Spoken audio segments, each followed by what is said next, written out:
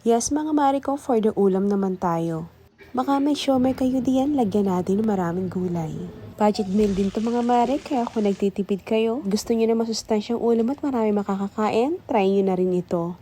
Ito nga pala po yung siomai ko, set aside muna natin para ma-defrost. Prep na natin muna yung mga gulay at ricados. Ayan, gumamit lang po ako ng isang perasong patola. Set aside muna natin at lagyan natin ng tubig para hindi mangitim. At syempre, lalagyan din natin ng isang taling petchay. Kung walang petchay, pwedeng bok choy. Ayan, ibabad muna natin para matanggal lahat ng dumi. At sa isang pan, magpainit na tayo ng mantika at ipiprito muna natin ng saglit ang ating siomai. At ayan, set aside muna natin at dito na rin tayo magigisa ng ating aromatics. Bawang, sibuyas at kamatis. Ang kamatis po ay optional lang, it's up to you na po kung gusto nyo rin maglagay. Nag-add na rin po pala ako ng paminta rito sa pagigisa para mas lumasa yung paminta. At ayan, lagyan na po natin ng tubig at hayaan natin kumulo muna. Una ko na muna nilagay ang paklang ng peche at medyo matagal ito lumambot. Naglagay na rin ako ng pork cubes at siling lara. At ayan, pakuluin lang natin mga Mars at isunod na natin si Mr. Patola.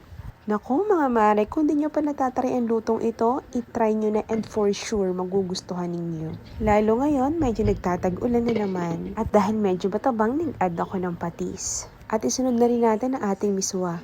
Kung walang miswa, pwede naman po ang sotanghon. It's up to you mga mare kung anong bet yung ilagay. At ayan, medyo pakuluin lang po natin at ilagay na natin si ating petchay. Napakasariwa ng petchay. Mukhang kapipitas. At ayan, pakuloyin natin ng kaunti hanggang sa malanta ang ating petchay. Pangit naman yung overcook sa ating gulay, mawawala na ng sustansya. Mas masarap talaga yung mga half-cook laang. At ayan, okay na po ang ating ginisang siomai na maraming gulay, pampaganda ng cuties. At ayan, magsandok na po tayo. And thank you po sa lahat na nanonood ng aking mga videos. At sana po nagustuhan nyo aking video ngayon. Pa-like, follow, and share na rin po. Thank you for watching. Stay tuned for more.